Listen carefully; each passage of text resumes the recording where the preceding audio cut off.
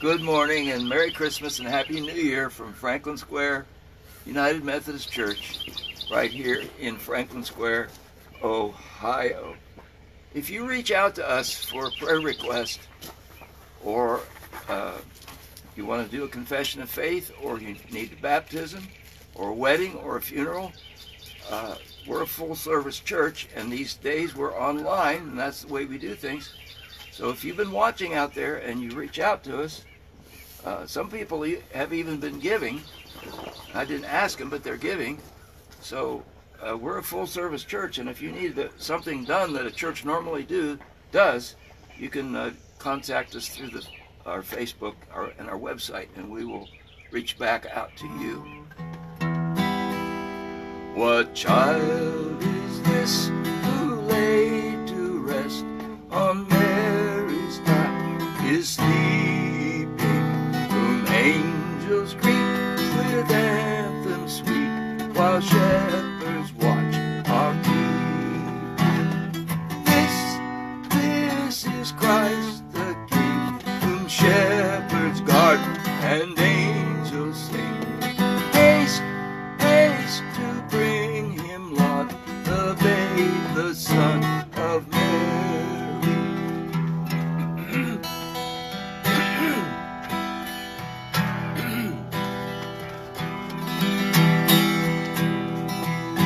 Why lies he in such mean estate, where ox and ass are feeding?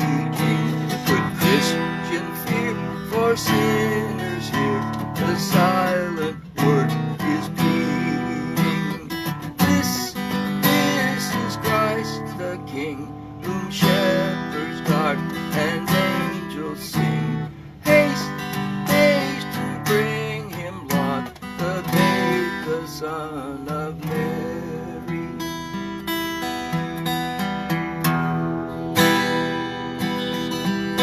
So bring him incense, gold, and myrrh, come peasant king to own him. The King of kings salvation brings, let loving hearts enthrone him. This is Christ the King, whom shepherds guard and angels sing.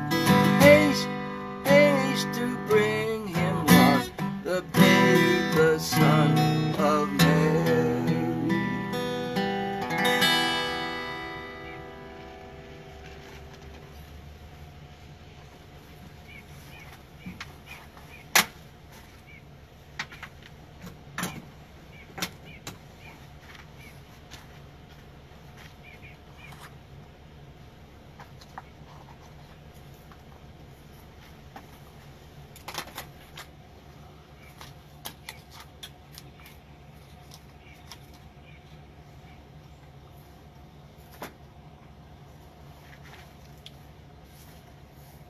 Preaching today from John, Gospel of John, the 5th chapter. The lame man lying beside the pool at Bethesda. Chapter 5 of John, verse 1. After this, a Jewish festival took place, and Jesus went up to Jerusalem. By the sheep gate in Jerusalem, there is a pool called Bethesda in Aramaic, which has 5 colonnades. Within these lay a large number of the disabled,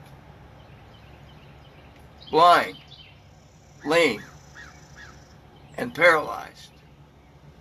One man was there who had been disabled for 38 years.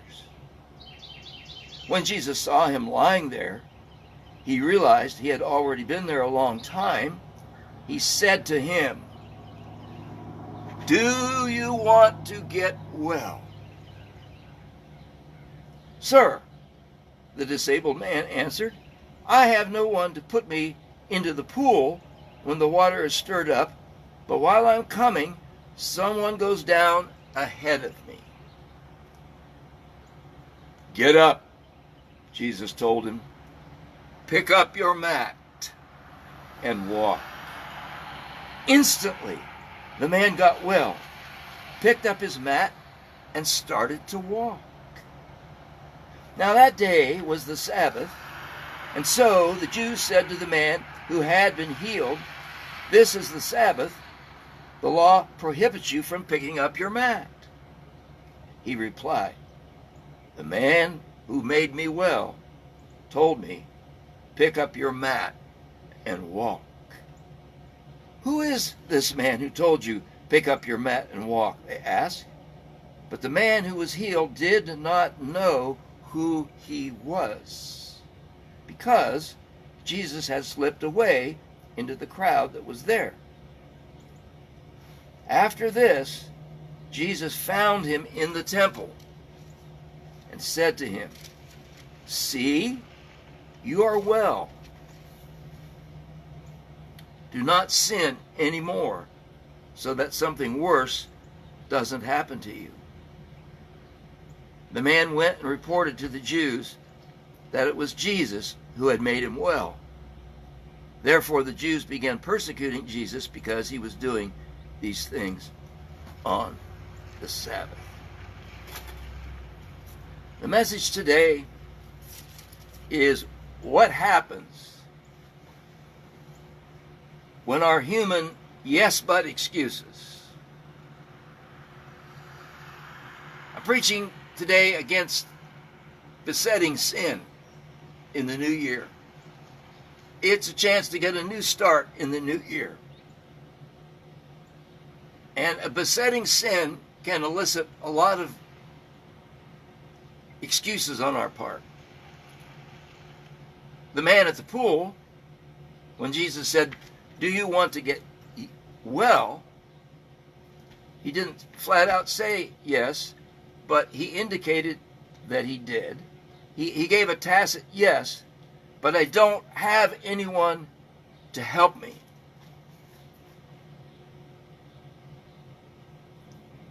"Sir, I have no one to put me in the pool when the water is stirred up." Jesus is going to tell this man, after he heals him, he's going to tell him, "Go and sin no more."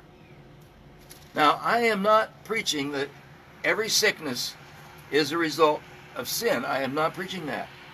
I'm not preaching that because you're sick or something's wrong with you that it's because of sin. But in this particular case, for this particular man, his sin was directly connected to his inability to act, his impotence, his paralysis, his pity party. He was feeling very sorry for himself. "Do you want to get well?" Jesus asks him. And Jesus asks us, in regard to our sin and in regard to our paralysis, "Do you want to get well?" And often we come up with rationalizations and yes but kind of answers. But the message today is what happens? What happens when our human yes but excuses meet the command of Jesus to get up, pick up your mat, and walk? And what I'm talking about today is if you are immobilized by a pity party and excuses, maybe this man had been 38 years, had been lying on a mat beside the pool, waiting for someone to help him. But Jesus said, "Get up, pick up your mat." And he reached for that mat, which symbolized his past inability to move and do and be healed and get over his sin. And I'm preaching to us today, when the prevenient grace, see, there were a lot of people around that pool. But Jesus came up to this man because it was that man's day for the grace to come directly to him. "Do you want to get well?" Well, he did, but he didn't know how. He thought maybe he should depend on other people to help him get down into the pool. And oftentimes when our life runs off the rails, we're going to look to other people to help us get down into the pool or to get healed. But that's not the right place to look. Tacitly, yes, he said, "but I don't have anyone to help me." Jesus said, "Get up, pick up your mat, and walk. Instantly, the man got well, picked up his mat, and started to walk. Well, the Jews said that shouldn't happen on the Sabbath. They were pointing him toward the law. That shouldn't happen, they said. Well, the law didn't heal him, but the prevenient grace that goes out came to him. And it is by grace through faith that we are saved and made whole. This man instantly got well, picked up his mat, and started to walk. And this can happen to you. Now, a very curious thing in this passage is when the Jews ask this man, who is this man who told you, pick up your mat and walk? We are told in so many sermons and so often that we have to have a relationship with Jesus before we can get right with God.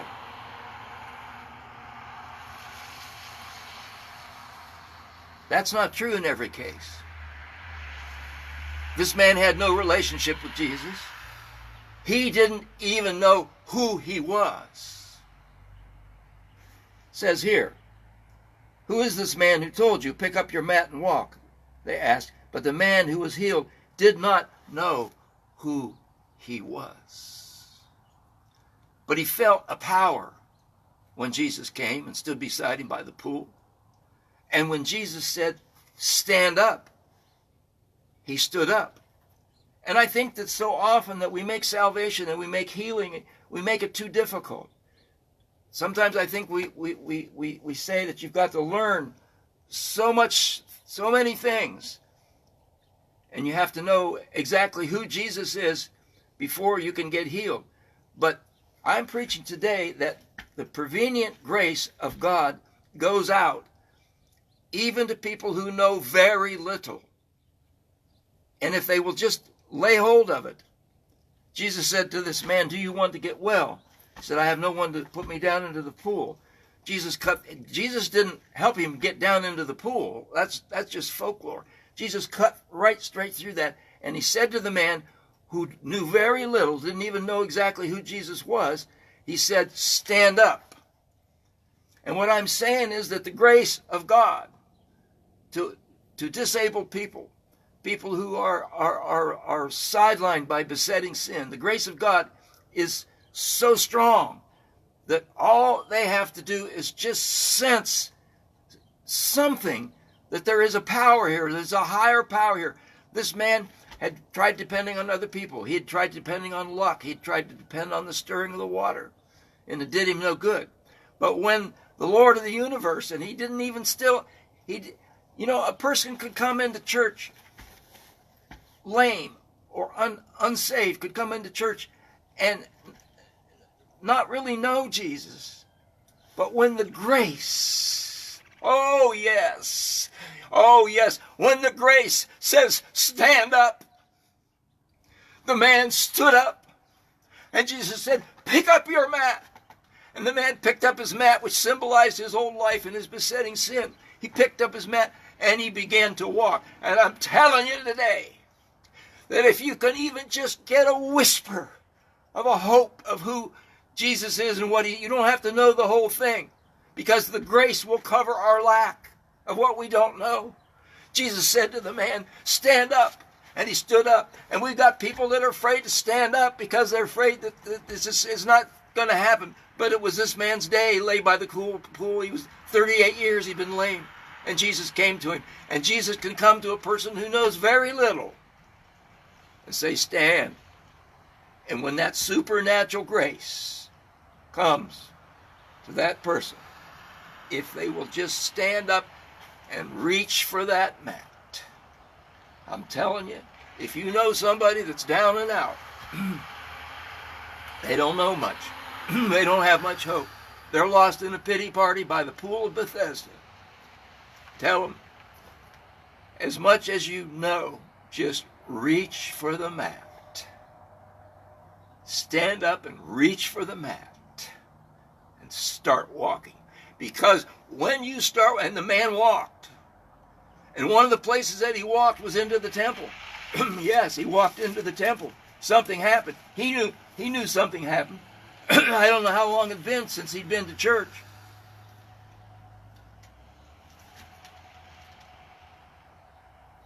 After this, Jesus found him in the temple. I've known people that have escaped death in a serious accident and didn't know the Lord. But they knew something was up. They didn't know much, but they know they didn't die. And they come to church, and Jesus can find them there. After this, Jesus found him in the temple. Found him, he did. Yes, that's grace that goes out to find us. Jesus came to seek and to save those who are lost. He found him in the temple. In his healed ignorance, he didn't know much, but he knew enough to get to church. Maybe he didn't even know any hymns or the liturgy or whatever, but he was in the temple and Jesus found him there. See, Jesus says, see, hey, look here, fella. See, hey, you're healed. You are well. Do not sin anymore. I told you in this message, I'm not preaching that all sickness comes because of sin. I'm not saying that. But this man, sin was connected with his malady. Do not sin anymore so that something worse doesn't happen to you. The man went and reported to the Jews that it was Jesus. It was Jesus who made him well. And folks, I want to end with this thought. A person can know very little about Jesus, not even know who he is, really, or can know very little. But when the grace says stand, if you will but stand, and the grace says reach down for that mat, and you reach down for that mat, you're going to start walking. And when you start walking, and Jesus finds you in the temple, then you are going to know who he is and what he has done for you. You can't know that before you begin to be obedient. The man picked up his mat and walked. And his obedience took him to the temple, and Jesus found him in the temple and said, sin no more. And now he's able to report and bear witness to the naysayers. Yes, it was Jesus who made him well. Yes, it was Jesus that made me well. I didn't know all I should know about him, but he made me well, and I'm learning. Are you learning? He's made you well. Whatever that besetting sin is, like this man had, just reach for that mat. Reach for that mat, pick it up, start walking. Jesus will find you in the temple. Amen.